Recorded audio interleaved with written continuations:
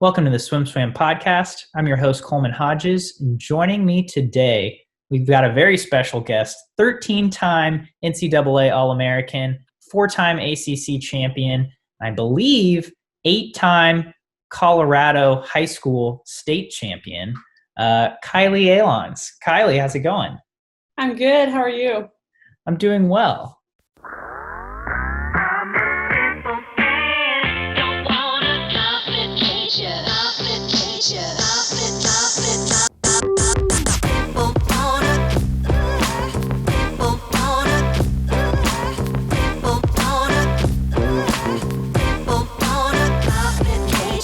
Did I totally just botch your last name? I meant to ask you this before we started. How would you say your last name? Alons. So I think you said it right. I think I had a hard A, but that's all right. All right. So let's start with the current. We put out a report last week, I believe. Yeah, August 26th. We put out a report. NC State had paused all athletics and cleared out their dorms. I talked to you before this. That was the case, and you said the whole swim team got retested, and you guys were back in the water by the end of the week. Since I know you said you got back to campus a couple weeks ago, so pretty recent that you have made your return to Raleigh. How has training been going since getting back to North Carolina? It's been good. We've been able to train. Our pool opened, and we've been able to train like one or two people a lane at opposite ends. So luckily we have enough pool space to be able to do that. And yeah, I've been really happy that we've been able to train this whole time. Yeah.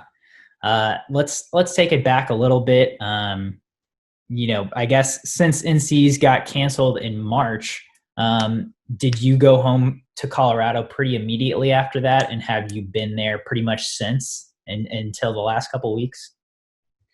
Yeah. Right after NC's was canceled, pretty much I flew home, and I was there until the beginning of August when I had to come back and move out of my house and into a different one. But I spent all that time in Colorado. It was really good to be with my family and be back in Colorado for a few months, but I was really itching to get back, especially by the end of quarantine. Yeah, that makes sense. What was life in Colorado like for, close to 5 months, I think? Yeah, well, it started off with, I guess, kind of the lockdown. No pools were open, so just trying to figure out creative ways to stay in shape, a lot of hiking, a lot of pull-ups, a lot of push-ups. Later on in it, I was able to start working out with friends and do dry land with them. And then pools started opening in June, and I was able to swim with my club team, actually in a outdoor pool that was just built like 2 minutes away from my house. So I could bike there. It was really nice because I'd never been able to train in an outdoor pool. Oh my gosh. Yeah, that sounds great. And to be able to bike to practice, no less, that is pretty awesome. Yeah, it was really nice. What are you a swimmer that can run? No, I actually tried it at the very beginning, and my hip flexors, they just hurt so bad, and I didn't enjoy it. So I was like, I need to find another way. I tried biking. It was a little bit better, but I guess for the aerobic, I kind of had to stick with hiking, which luckily there are a lot of great hikes. I did the incline before it was closed, and that was really hard because that was not long after I'd been back. So the altitude really got me on that. But yeah, I was able to do hikes throughout the whole summer and still continued doing them after we started swimming. Actually went on a couple trips to do some bigger hikes, and those were a lot of fun. Nice. What your house is in Fort Collins, is that right? Yes. Yeah. Okay. What were the bigger hikes? I'm kind of interested now. Yeah, well, one of them was me and a couple friends went to the sand dunes in southern Colorado. It's like maybe 4 hour drive from my house, and all the camping spots were booked at that point because it was kind of a last minute trip. Mhm. And so we just got a backpacking permit, and the sand dunes is like it's probably about a 2 by 3 mile square of just sand dunes. Actually, it's probably even bigger than that, but Okay. it's just straight sand dunes. It like once you get into it, it feels like you are literally in the Sahara Desert. Mhm. And so we had backpacks. I used my dad's old backpacking backpack, which was like the external frame ones, which are metal. And Wow. so I felt so retro hiking in the sand dunes with that. But it was a pretty short hike. It was just a couple hours into the Mhm. sand dunes, and then we went into like a divot in the sand dunes so that it would be sheltered. But yeah, watching the sunset from the top of sand dunes was super unforgettable. It was Yeah. it was so much fun. And then later on, me and a couple more friends were gonna do this 14er. Actually, two 14ers. And if you don't know what a 14er is, Ooh. it's basically a mountain that's above 14,000 feet. And I think there's over 50 of them in Colorado. I've done a couple before, but this one definitely took the cake as the hardest 14er I've ever done. We started at 4 a.m., so we camped there, started at 4 a.m., and we didn't get back until almost 2. And we're just, trekking along the whole time. And it was pretty intense because after you did the first 14er, you'd have to go down in elevation to get to the second one. And then we did the second one. But then to get back to where we started, we have to go down that one and back up the first one again. Oh, whoa. So it was just, it was a lot of work, but it was really fun. And we picked the perfect day. It was sunny on top. Usually it's freezing. Mhm. It was warm and sunny on top, and it was so pretty. What were these two mountains called? Um, Mount Chavano, and Mount Tabaguachi. I don't really know how to say it, but Okay. something like that. Gotcha. And so, correct, if I think this is the case, you have to start pretty early, right? Because if you get to the top in the afternoon, there can be like crazy weather and storms and stuff. Is that right? Yeah, you're right. Actually, when we were leaving Chavano, I think that was the first one that we climbed. We were leaving. We saw a storm coming in, so we were kind of booking it down the mountain because we could just see this storm coming, and we knew we still had 4 miles to go by foot, just down steep terrain. And it did start raining a little bit, but as long as you're under tree line, by the time it starts raining, you feel a lot better. You feel a lot safer. Gotcha. Nice. Yeah, that sounds awesome. My mom is like huge into trail running and hiking, and she talks about going to Colorado all the time. She's already been once during quarantine, I think. She drove out there, and she's talking about going again. Sounds like a lot of fun, and sounds like a pretty good place to quarantine. Yeah, it was really nice, and a little bit nice knowing that I had altitude training, even if it felt like I wasn't swimming as much as I used to. I was like, okay, at least I'm doing it at 5,000 feet. Yeah. So, yeah, that brings up an interesting point. Now that you have spent a pretty significant amount of time in North Carolina, do you notice the altitude changes when you go back, or do you notice this time when you've gone back to North Carolina that change? Yeah, well, for about a week after you come from a high altitude, you feel pretty good. You can hold your breath a long time. But over 5 months of training there, I realized that you actually cannot train nearly as intense at altitude, no Mhm. matter how much you are acclimated. It's just a lot harder to train intense because I don't think your body ever gets used to the low levels of oxygen. Mhm. So that was kind of interesting. I always thought that I could, train the same as I would if I was at North Carolina if I was just acclimated, but Mhm. it just seemed hard like almost the whole time, just because I'm so used to swimming at low altitude and being able to do like a lot more intense practices. Yeah, that is pretty interesting. Did you, when you first went to NC State, did you notice that you could, like as a freshman, did you notice you could train, like, was there like a 10% or a 5% bump in the amount of intensity you were able to put into training? Yeah, I think part of it was the environment. Yeah. Just having like a new environment. I was just having so much fun. The practices were different. There was a lot of racing, a lot of like fast swims at the end of a set. But yeah, I was going faster like than I would go at a meet in Colorado. I was going those times in practice, and I'm sure some of it had to do with the altitude and like the recovery aspect of when you're lower altitude, but a lot of it too is I was just so excited to be in college and swimming there too. Yeah. I mean, yeah, that makes a lot of sense. It's a big transition, big change, but that's kind of cool that you get that little altitude bump.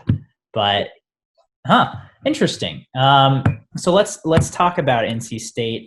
You mentioned you love relays, have been a big part of your excitement in swimming. And when we just talked about, there was a lot of excitement when you first got to NC State. How about even before that? What sold you on NC State when you were looking at colleges in high school? Yeah. Well, to start, I guess I kind of narrowed down a big list of colleges just by looking at engineering programs, and then I wanted a school with a warm climate. But after that, NC State really just caught my eye first because they were an up and coming program, and I thought that that would be really exciting to be a part of.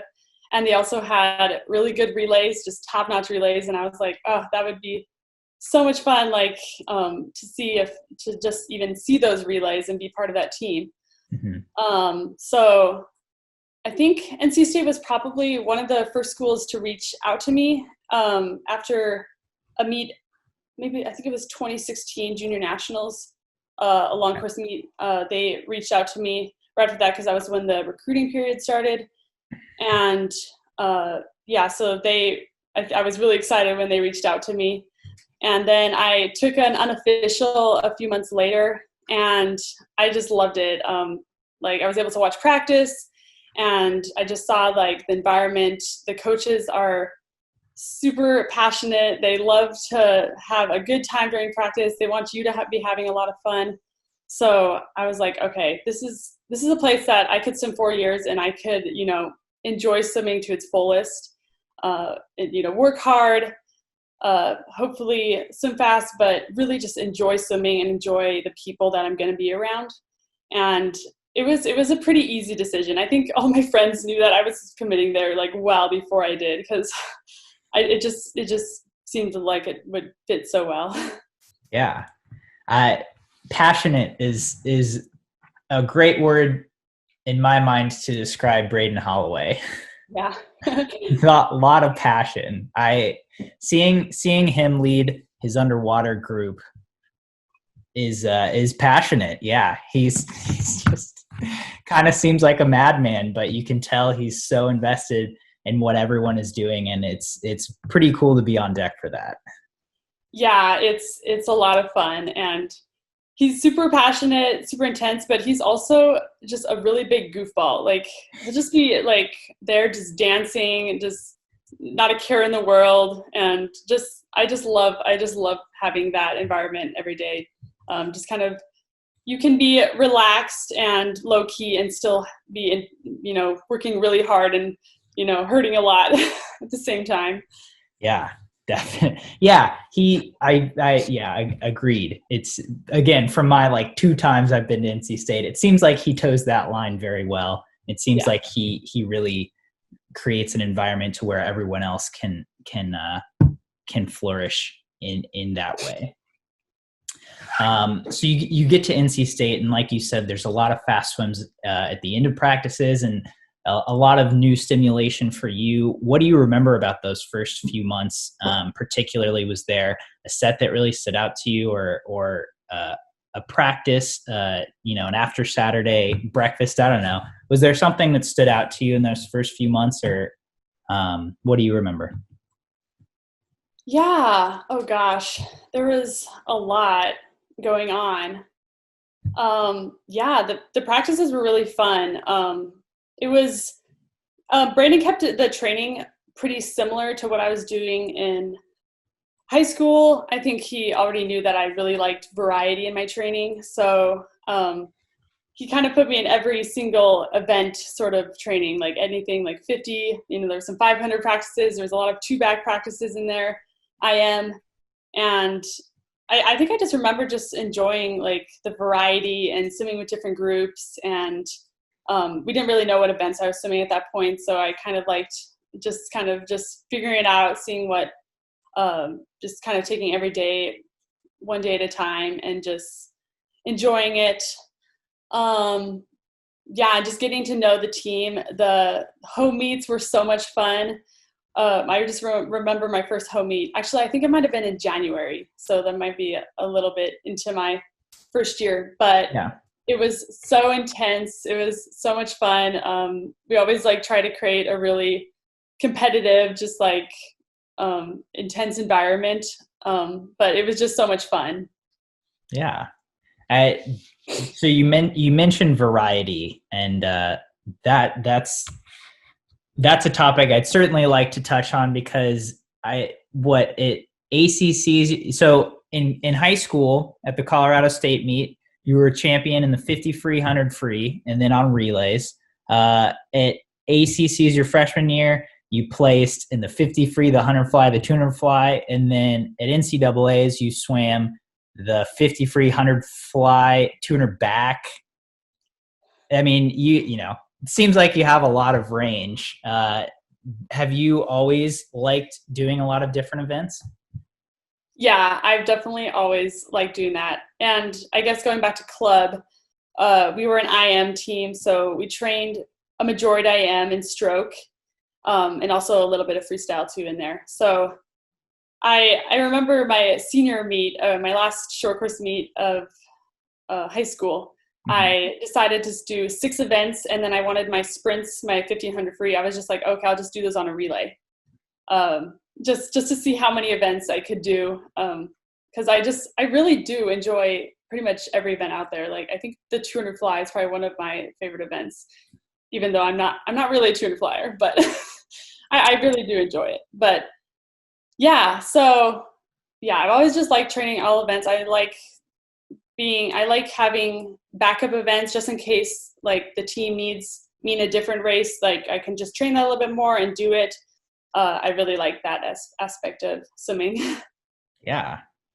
I mean, we at SwimSwam believe that the 200 fly is by far the best event. You being someone who can swim a very elite 50, can swim a lot of elite sprint events. What makes you say you like the 200 fly so much?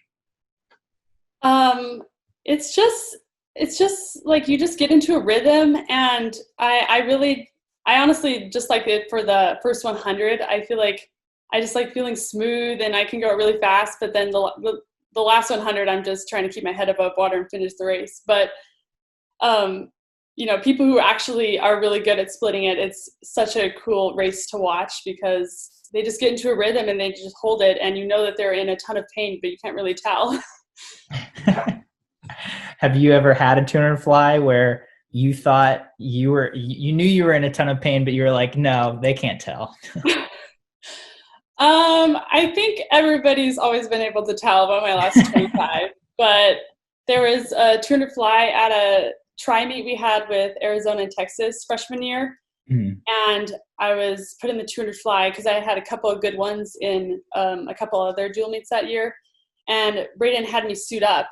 So I was a little bit nervous, but I think that was probably my least painless one. And that was, I think, my first NCAA cut was at that meet when I suited up for that 200 fly. So it was fun. Nice. That has to be a pretty good 200 fly if you made NCs. Yeah. So let's take it back to your high school days. So at Fort Collins, you guys, again, a lot of pretty solid relays. I think you guys broke a nag or 5. I don't know how many, but at least a few in high school. What was swimming for that high school team like for you? It was a lot of fun. I didn't actually get to that team until my junior year of high school. So Okay. right the summer before my junior year of high school, my family moved from Colorado Springs to Fort Collins because all of my family's up there. My grandma was getting older. We wanted to be closer to her. We spent so much time up there anyway, so it wasn't really that hard of a decision. But it was a big transition coming from Colorado Springs because I didn't swim a ton down there, and Fort Collins, and then I came to Fort Collins, and it was a lot more practices, a lot more dry land. But some of my favorite relay memories are from club because we were lucky to have a ton of us that were just able to put together these really good relays. And at 2016 Junior Nationals, we had a 400 medley relay, and I remember in the locker room before, Zoe, Bailey, and Colleen were the other 3 girls on that relay, and we were talking. We're like, okay, I think we can go break this national age group record. And I was so nervous. I was so nervous I couldn't even do a step over start. I just had my both feet on the edge of the block, and I just kind of fell in. I didn't trust myself enough to run off the block. I was so nervous, but we broke the record, and it was looking over and seeing our teammates just screaming their heads off, and they were so excited for us, and we were so excited because we did what we thought we could. It was a really good experience, and I was lucky to have a lot more of those experiences throughout my high school years. Yeah. And able to transition it into college as well. Did you swim? I'm not even going to guess. What leg did you swim? I know it wasn't breaststroke. I was freestyle. Yeah. Okay. Gosh. Nice. And so you just fell into a national age group record. Yeah. On the anchor. That's pretty awesome.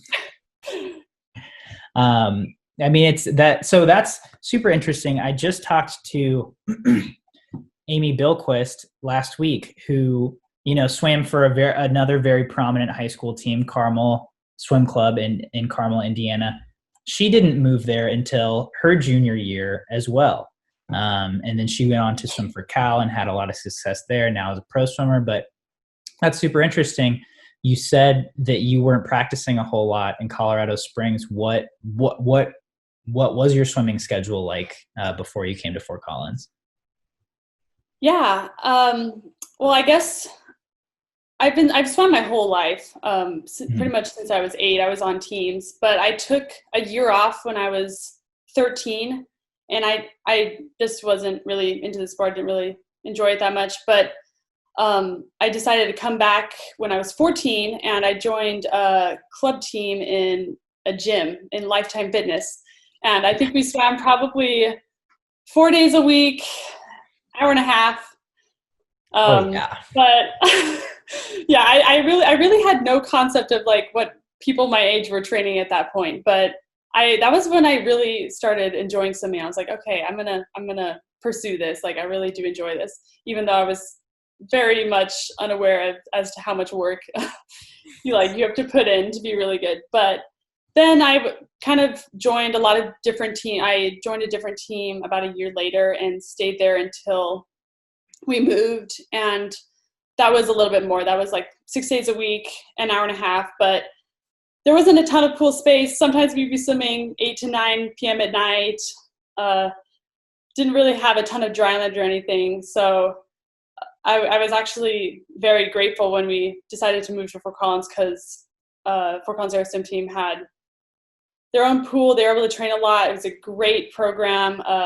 Coach Chris, I was actually able to swim with him again over the summer. So that was, you love him as a coach. So it was really great. But yeah, before I came to Fort Collins Air Swim team, I wasn't really swimming that much.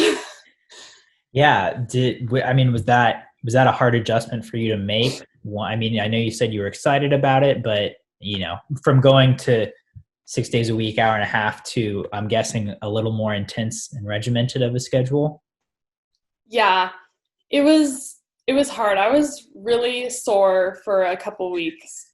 But looking back, I actually adjusted better than I thought. And I think some people were like, "Oh, we kept waiting for you. You were like tired, but we kept waiting for you to really, really get hit, and you were fine." So it actually wasn't terrible, but we did some gnarly sets. We did a lot of long course fly. We did a lot of long course, which I wasn't accustomed to in the first place. So yeah, it was definitely an adjustment, but everybody there works so hard, and everybody has bad days, good days. So luckily, just kind of fit in with that and was able to get a little bit better each day, I guess.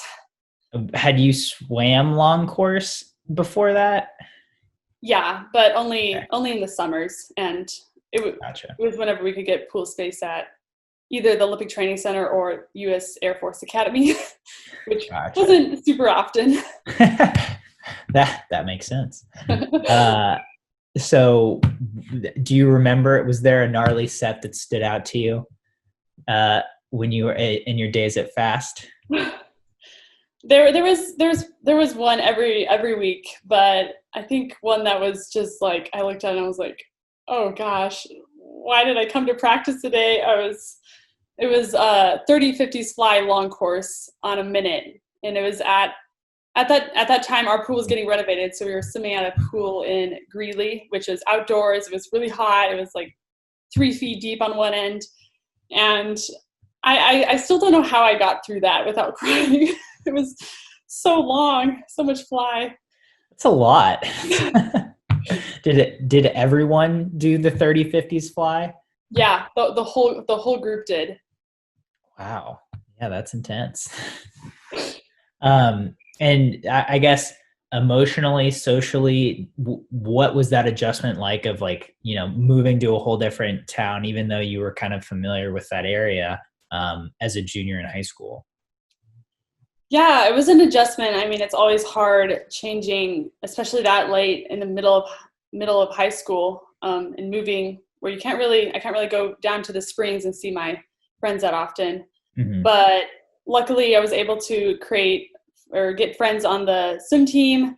They were very welcoming, and to this day, some of my closest friends are from those days at Fast. Were you able to train with them this past summer when you were home and the pool finally did reopen? Yeah, it was really nice because that whole relay squad was there for the college swimmers.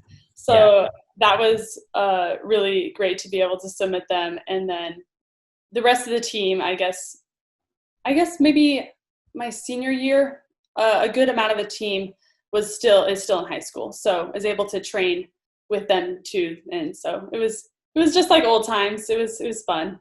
Yeah.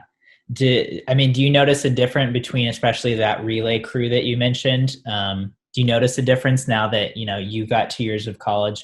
A lot of them have 1 or 2 years of college under their belt as well. I mean, are you guys pushing it a little more in practice or taking it a little more easy in high school? I don't know. Do you notice a difference there, or is it just kind of like it was in when you guys were all in the same club? Honestly, it's pretty similar. They, everybody on that team was a very hard worker in high school. I really can honestly say that, yeah, they were just one of the hardest working groups of people ever. So it's probably pretty much about the same. Obviously, everybody was in a different place after 2.5 months off, and so we spent most of the summer just getting back into shape. And it's not like we were doing sets like we were in high school. So I'm sure that probably would have been hurting a lot more than I was in high school because we're all older now. Yeah. But I think that the atmosphere was pretty similar. No 30-50s fly this summer. Oh gosh, thank goodness. And just for context of our listeners, that relay, you've got you who are now a junior at NC State, Zoe Bartell, now a junior at Stanford, Colleen Gilliland is she your age or a year younger? She's a year younger. So now a sophomore at Notre Dame. Is that right? Mm-hmm. And Bailey Stewart, I don't know where she goes to school. She also goes to Notre Dame. Okay. And is she sophomore or junior? Yeah, she's my class. So okay. So Bailey Stewart now a junior at Notre Dame. That's embarrassing because we all know Bailey Stewart because Mel Stewart, one of the co-founders of SwimSwam, his daughter's name is Bailey. So she is also Bailey Stewart. So every time I see her in the results, I'm like, oh no, different girl. So they're all off at major Division I programs, having a lot of success in and out of the pool. So it's very cool to hear that you guys were all able to train like you did in a club setting. That seems like a really cool experience to have. Yeah, it was awesome. It was hard to go back and stay there for the summer, but I couldn't ask for better teammates to train with, and they're all super hard workers. We all have really high aspirations, so it was a really good situation to be in. Yeah. So let's jump forward a little bit. This past season, obviously NCAAs were canceled, which was a huge bummer, but after having some time to reflect, how did you feel like this season was different from your freshman season? What went well for you? What maybe could have gone better? Yeah, well, this year I think was probably the best year of training I've ever had. The most I've enjoyed swimming. Yeah, it was honestly, I don't know how much better it could have gone. Like, I was training really well. I had really good ACCs, and we didn't rest that much. So I was like, okay, probably have a little bit left in the tank for NCs. But yeah, I just really enjoyed the training this year. It's pretty similar to my freshman year, with maybe a little bit more emphasis on 100 fly, 100 free, 50 free, which I enjoyed. And yeah, it was really fun. Nice. Yeah, so you were an ACC champion in the 50 freestyle this year, as well as in the 400 medley relay. Again, I'll ask, what leg did you swim on that ACC champion 4 medley relay? I was butterfly this time. Okay, nice. So a little more sprint emphasis. And you said you had liked that. Were you still did you still have that variety in your training of kind of bouncing all over the place? What did that look like for you this season? Yeah, up until probably a month before ACCs, I think we were planning on 200 back being my third event. So I trained that pretty much the whole year. I trained a lot of 200 back, but a lot still did the IM, still did the kind of the 500 free, I guess, base training, and then a lot of sprint freestyle as well, and then fly. So I guess like almost everything that I did my freshman year. But the second semester is when I really started. We decided to do a little bit more sprint stuff, and I did a lot more sprint fly instead of doing 200 back practices, and doing 200 free practices instead of 200 IM practices, to kind of gear up for the end of the season. Gotcha. I mean, so NC State is known for their sprinting prowess, for their relays, like you said. One group of theirs that I don't think gets as much of a shout out as they maybe should is their mid group, especially for IM and strokes. When on the days when you're in those groups, training with the 2 IMs, 4 IMs, 200 backstrokers, what's that like? It's really fun. I can honestly say that 200 backstroke day is probably one of my favorite practices of the week. We have so many 200 strokers, and there's people from black group that do it, people from white group that do it, and so we're all together, and yeah, it's just like really intense.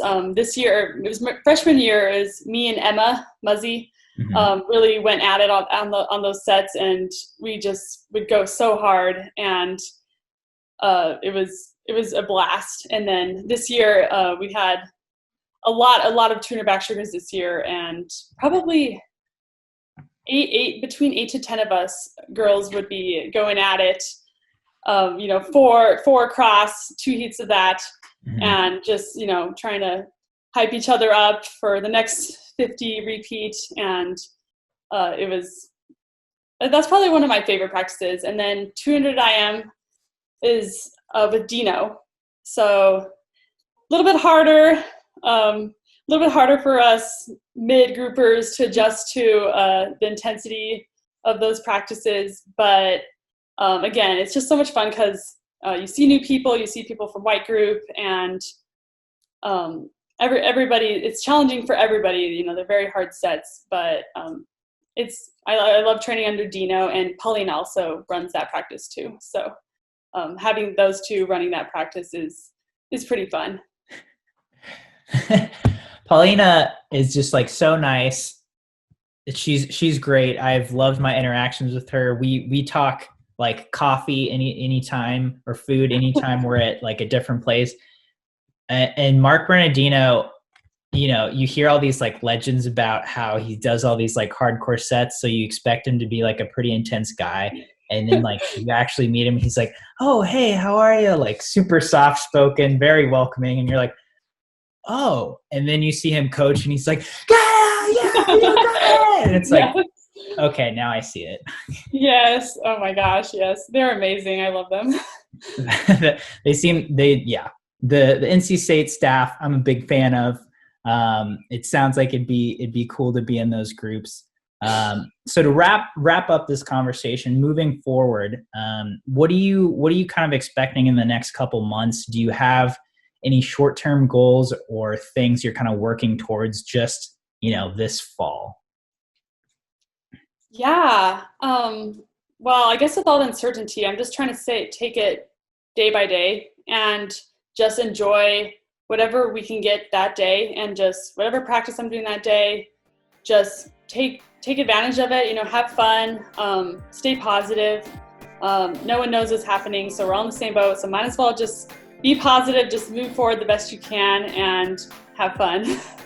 Yeah. Well, Kylee, thanks so much for taking the time to talk to me. I really appreciate it, and appreciate getting to hear some of your old war stories from from all the amazing relays you've been on. Oh, thank you so much for having me.